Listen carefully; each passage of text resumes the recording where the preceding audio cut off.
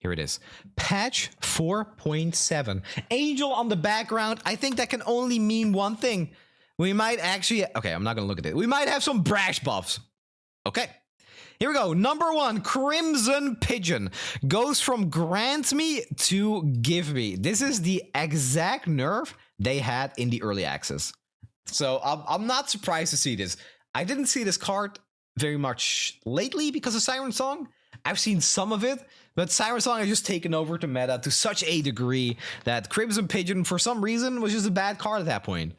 But yeah, big nerf. Huge nerf. The fact it's give me means that on the blocking turn is going to be a 2-2 again. And that's kind of insane. So this is a really... This card is dead. This card is extremely dead now.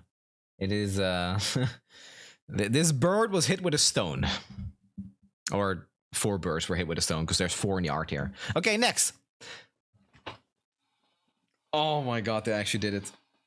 Oh god. They actually did it after all this time. Burst speed coins enabled powerful defensive capabilities, especially when copied. With a focus speed, we're shifting coin users more into proactive usage rather than reactive. This should open up more clear windows to fight against coin strategies in combat and also enable removal windows against units like a leveled up Karma who were running a monopoly in the poor Runeterra community. Yeah, okay, so all I have to say is, poor Jack. They nerfed coins, which can only just be the nail in the coffin for our poor Jack. But hey, if Karma dies for it, that's okay by me. I'm sorry, Jack. I'm sorry they shot one deck and you got hit with it too. I'm okay with it. I am fine with this. Get the hell away with those Ionia decks. Great. Good change. Good change. We've been asking for this for so long. This was also in the early access, right? These 2 changes were both in the early access. So to see both of them actually make it to live immediately, it's pretty hilarious. Oh! They're removing quick attack from Kaisa? Whoa. Okay, that's a pretty big deal. Very, very, very often, you're going to drop Kaisa on 5 when you're 5 out of 6 on Evolve. And then the quick attack is what levels her immediately. And that's good because in the Demacia decks, there aren't actually many units that have quick attack. Right? Do they even run any quick attackers in the current Garen, Jarvan, Kaisa deck? I don't think so. This was the only way to get access to that.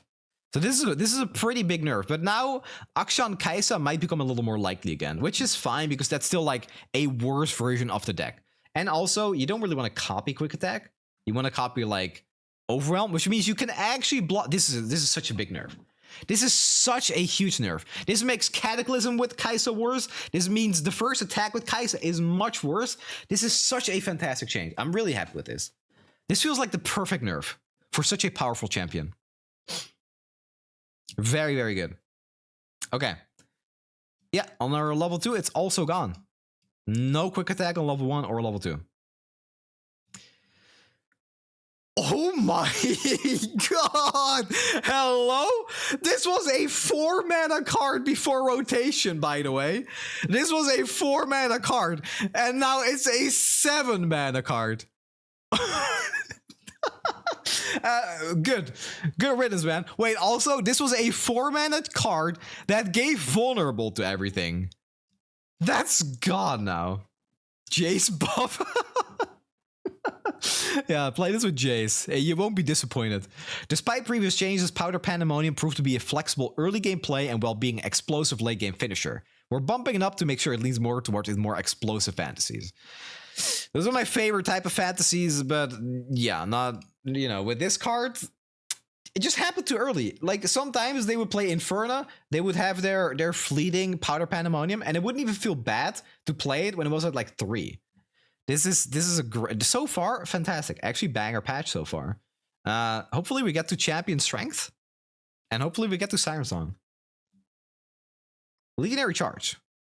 This is the only balance change for a card in the Eternal format. All other cards are available for play in the Standard format. Okay. Seems a bit weird. It makes sense. This card was kind of stupid in the Plaza Guardian printer with Samira and Seraphine, but a bit weird to do this now. Yeah, this is a weird one, but yeah, oh well. Yeah, this was for the Plaza Guardian. This consistently drew your Plaza Guardian. Okay, let's go from 6/6 to 5/5. This card is standard legal, but this adjustment should help the Eternal format out a bit as well. All right, sure. This feels like when you're opening a Pokemon pack and like those first 3 cards you get are just fillers, like complete garbage. They go into like one of those boxes with absolutely no graphics on them, just like those paper boxes, and then they sit there. This is filler. What is this doing here? All right. I actually literally called this from 4 to 6. This may be the swan song for our fair Siren Song. Well, this took the meta by storming a multitude of decks. We wanted to knock it down a fair margin to allow other strategies some breathing room. Yeah. So the reason why I wanted this to be 6 and not 5 from the get-go is because at 5 mana it would still be a playable card. And now it's 6, which means that if you played it on turn 3, you cannot play any other cards afterwards. Jace buff? Hey, if that's what it takes for a Jace 1-drop deck to see the light of day, I am here for it. Hell yeah, it's a Lux buff too, yeah. Hey, there we go, chat. There we go. Ask and you will receive. Hextech Anomaly? Oh, yeah, sure. Yeah. I don't know how many of those decks actually run 1-drops. There's like the McDonald bot, and that's it. Anyway, great nerf. I still expect some Siren Song decks to exist, but not nearly at the same power level, with not nearly as the big tempo swing immediately. There's no more turn 3 Siren Song into a Divine Clerk, have like a lifesteal, quick attack, whatever. Siren Dogs. Yeah. Say goodbye to your Siren Dog decks. They're gone for good. You know, that is actually a deck. I don't know if you guys knew, but if you play the Elite Dog, the 1-mana 1/1 from Demacia that gets +2/+2 where you play an Elite, that's a Siren Dog deck, actually. I'm surprised you guys didn't know about that one. Risky Venture. Whoa. 3 cost, deal 2 and create 2 coins of kills. 4 cost, deal 3 and create 2 coins of kills. Perhaps this venture was a bit too risky. This bump in power should allow Jack to more reliably kill relevant units while building up the bank. Is that really a buff? Okay. Let's just say that Bilgewater doesn't really have access to a deal 3. And that's the good part. But going from 3 to 4 mana is such a big deal. 3 mana is something you can bank. 4 mana is something you can't bank. Again, though, deal 3 is a pretty big deal. It's like a really big break point in Runeterra. This is the Echo and Jinx counter I've been asking for. Yeah, 3 mana would absolutely be too cheap. No, I agree. Now, it feels even worse if it gets like denied though, but yeah, deal 3 is a very sizable amount of damage for Bilgewater. I wouldn't call this garbage. I still don't think you're like super unhappy with this as a Jack champion spell, but I would never main deck this, I'm pretty sure. Yeah, maybe it should be fast speed. 4 mana fast, deal 3. Still pretty good. Yeah, I don't know. All right, next. Okay, hold on. No, I've seen this one before, chat. I've seen this one before. Oh my god. Targon to the top, boys. Let's go. Okay, this is messed up, man. This is in the Targon Telstones. This is part of the Targon Telstones too. This is a huge buff for Targon. I mean, when's the last time you main decked Hush, though? I don't remember. We finally get a glimpse of Soraka in the standard format again. Man, that's, yeah, I don't know. I don't think it's that bad. I think this is okay. This is something we could deal with. The biggest problem is the Telstones. If this will be a problem. Make it chainable? Yeah, that's the only step after this. Make it chainable. I don't know. I think this is fine. Ibaros. Kill the Ibaros with a Hush. No, it's a 1/1 now. This is a very good buff, but honestly, I don't think it breaks anything. This is not like, oh my god, there's like 10 decks that are now suddenly playable. It doesn't do that. I feel like it's a very safe buff. Targon, honestly, might be looking at some nerfs at some point, though, because they have like the Fallen Star, they have the Cosmic Youngling, they now have Hush. These are all like auto includes for Targon decks. And that makes deck building like somewhat boring for Targon. And if they get a new champion, then it'll be like new champion plus the filler Targon cards that we've had for like 6 months now. Yeah, Sunburst too. Plus new champion and their package. And yeah, the Hush is now part of that package, I would say. So, all right, I mean, yeah, good buff for now. For now, this is fine. If Targon gets any new cards, then this might become an issue really fast. But for now, this is totally fine. Totally fine. Okay, Rimefang pack. Old 1 cost, 1/1 overwhelm. New 3 costs, 0/4 overwhelm. I have +1/+0 for each time you frostbite enemies this game. Snapshot of Frostbite has made Frozen in Fear and Rimefang Denmother play out a bit awkwardly. We're shifting it to an aura that allows Frostbite. Oh, that continue to pump the... Oh, okay. Oh, that's pretty good, actually. No, that's really good. Oh, that's pretty great. Yeah, it grows on board, right. So that's... the fact it grows on board is kind of huge. All right, that's a big one. Yeah, so that changes for these 2 cards. Frostbite and enemies summon a Rimefang pack. Oh, and... Frostbite an enemy? Ah, so okay, so they were just removing a bunch of text. Right. Yeah, got it. Okay, that's really good. And this is now 5 cost 4/4. Yeah. Oh, that's also a big buff. Yeah. Yeah, this is good. Yeah, it's really good. I like this. This is pretty great. With the Ash nerfs we've seen, this is pretty huge. This is also chat. This is no longer a 5/5 for your reputation stuff. Okay, don't worry about that. It still dies to your own reckoning. Okay, the fact it's a 4/4 makes it so that you might have to play something that isn't Ash and LeBlanc. This is a really nice change. I like this a lot. This is great. Fantastic. Very smart change, in my opinion. Chat. New strike, create a coin hand. We refill mana, heal me 1 for each mana refilled. Whoo, okay. Wow. That is actually very, very good. That is kind of huge. That is a massive change because you have a champion that loves brawling and going in combat. Now you get a way to heal your Jack. This is almost literally what we talked about a while ago. The problem with coins was that you needed more reasons to use it proactively. Now, I know that this is like the most insane buff in the world, okay? It's nice. This is like a really, really nice additional bonus. But just having more purpose for your coins is incredible. It's really, really good. You don't just have to sit in your coins and be like, okay, I can only play these coins when the stars align, when I have like this perfect explosive turn. I don't need to wait to have 6 coins so I can play my Knuckle and my Mako and my Bull to have like a rally. No, now I could just be like, okay, my Jack took 3 damage. My Jack is eating a Mystic Shot. Actually, I can't do that anymore because it's focus speed. Wait. You would have to proactively heal him.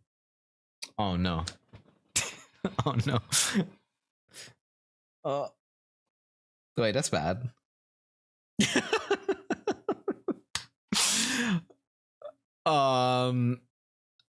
There is still reasons to use it proactively, but you can't dodge removal with it. You can't do that unless you play cards like Formula and other cards that I can't think of right now.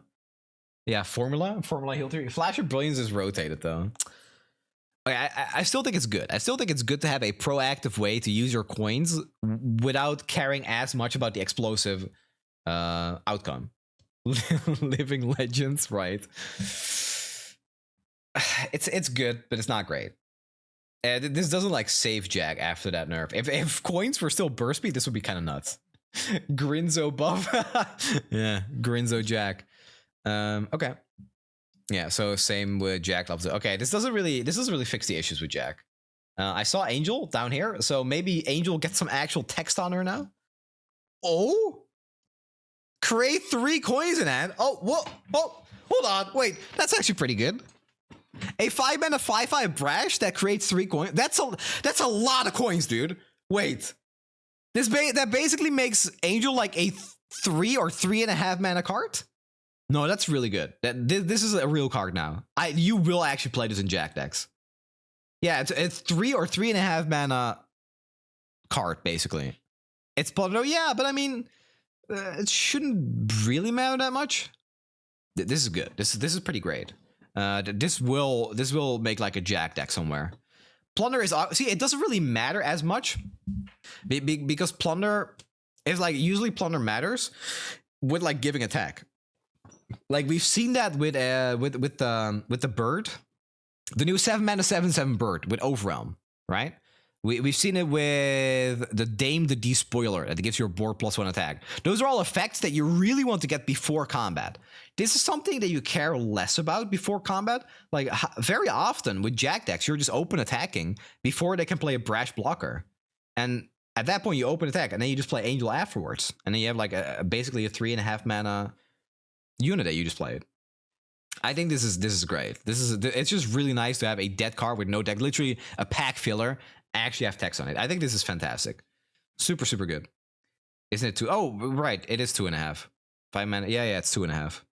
Yeah, it's 2.5. Right. It's not 3.5. 3.5 will be like creating 2 coins. It's 2.5 mana card. And that's pretty good for a 5/5. Okay. Baccai Witherclaw. Right. This is a card that's in the game, apparently. Cool. So I actually need to read the old text for this one. When an enemy is challenged, give it -2/-0 this round. Right. It was a Renekton card.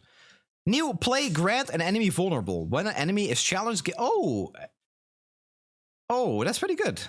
Oh, that's really good. That's actually kind of nice too. That's not bad at all. It's not great, but that is really nice. Yeah, this is very playable. It's expensive though, but you can play this after Renekton. Like if you're playing Renekton on defense, you can play this on 5 when you're attacking. Make it a little more likely that Renekton actually survives combat. This is a pretty great change. So the thing about effects like this, right, is that you don't really want to get an engine like this on the board this late in the game. You know, it kind of sucks playing this on turn 5. You would like to have an effect like this much earlier, so you can actually use your cards and make them survive combat. But that might exactly be why it's 5 mana, right? Very, very great unit, honestly. Exhaust on unit, yeah, that's literally what it is. It's just the exhaust effect every time you challenge something. I like this. This is pretty good. I'm actually kind of excited to experiment with some Demacia Shurima decks because of this card. Some decks that curve a little later, like the actual Jarvan Renekton deck, for example. Okay. Faithful Wolfdog. 3 mana 2/3. Play equipment with an equipment that costs 2 or less. Becomes a 3 mana 1/2. Equipment with an equipment that costs 2 or less from hand and forge me. Interesting. That's actually really good. Yeah. That's pretty great. Yeah, that's a Vayne Aatrox buff. It's not really a Nico buff because Nico doesn't play weapons. This is a buff for Vayne Aatrox, yeah. You play this early and then the weapon gets like a ton of value. It's yeah, this is pretty good. I don't directly see like a deck that might want to play this, but maybe this brings back something like Jack's Vayne or something, right? Ballcock's buff. All right, we're playing the faithful Ballcock's deck. That might be deck number 1 that we're gonna try. Okay, cool, very nice. Oh, that's a big buff.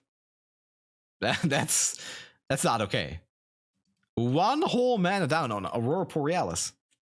That's actually that's really good. That's a really big buff. Wow, it's a Jace nerf. It is still a huge tempo loss, but with Poros, that's not really directly applicable because with Poro decks, you're always gonna have at least some Poros on the field, and when you don't, you can play this card and just get 2 new Poros and make them bigger than before. And if you do have a board full of Poros, then just don't play it. You're like, you got enough stuff going on. This is a really nice buff. Like the fact this costs 1 less mana, very odd. Like 9 out of 10 times, that will mean that Aurora Porealis creates another 1-cost unit in your hand, a 1-cost Poro that you can now play because this costs 1 less mana. You could basically see this as this now summons a Poro on summon or on play. Useless buff. It is absolutely not a useless buff. This is a pretty big deal. Poro decks are already really close. Giving them even more generation, because their hand does run out of steam, this adds 4 cards to the hand. That's good. This is a good card now. Yeah, I expect us to see at least 1 or 2 copies in almost every Poro deck now.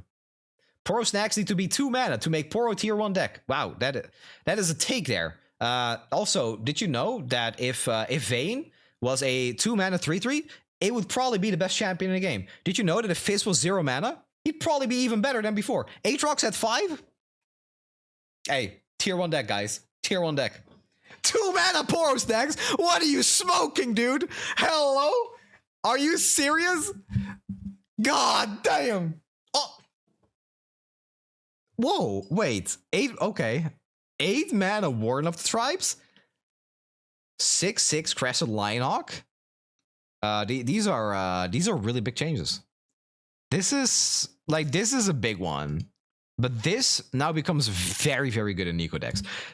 The Crested Lionhawk is a better card than most people give it credit for. Like, this card is really easy to dismiss, right?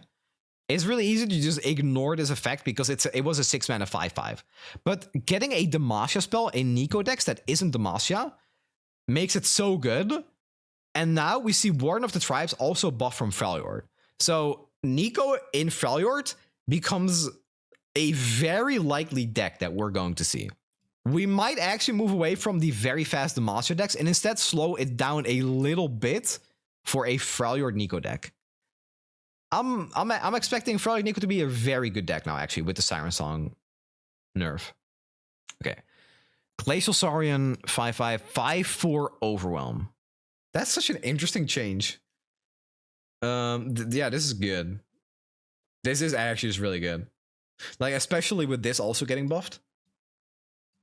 Nah, this is a really good change. Yeah. It's easy to see this as like, oh, it's a 5 mana 5/4. That's terrible. But Nico buffs this. This becomes a 6/5 overall. This is really good. Okay, that's it for that was probably everything. So with these 3 changes, I'm actually just gonna say right now, Nico Freljord or Nico Demacia, but I think it's more likely to have Nico Freljord with the deck meta slowing down a little bit. Probably tier 1 deck. Likely to be a tier 1 deck. Bro, what else am I supposed to call it, man? Okay, Nico in the snow region is probably going to be a very good deck. Nico in the region with snow and ice and frostbites and big overwhelm units, probably pretty good. Frozen Nico, there we go. Frozen Nico, tier 1 deck. Heard it here first. Hey, yeah, that was... Oh, Necrotic Nestlings now have the spider subtype. Okay, hold on, let's actually read this. Fix an issue where Hex Obliterator would not obliterate when landing the killing blow. Thank you. Shadow in the brush will no longer be prismatic. All right, save your prismatic essence, chat. Save your coins. You no longer have to make your entire Nidalee deck shiny. Great. Fix an issue where Nico was replaced by her disguise if Shapesplitter was used while attacking with a full board. I've never seen that. Oh, I've seen this one. Nidalee's Javelin would target Nexus even with enemy units on the board. Okay, good. Okay. Fully heal, okay. All right, this is all, yeah, this is great. All right, cool. Yeah, there were actually some really big buffs, or pretty big bugs, rather, in the game. This one, Hex Obliterator, not killing and obliterating. There was this one, this not being spiders, which actually, you know, made the game really close. And I've seen this one a couple of times too. It never happened to me, though. Scroll the page up just before... In this patch, we have a new batch of skin upgrades. This article will be updating tomorrow once the patch is live with details, to make sure to come back and check it out. Woo! New batch of skin upgrades. Are we just getting more level ups? More level up animations for some of the skins? Yeah, that'd be pretty cool. I'm all for that. I love that stuff. That's great.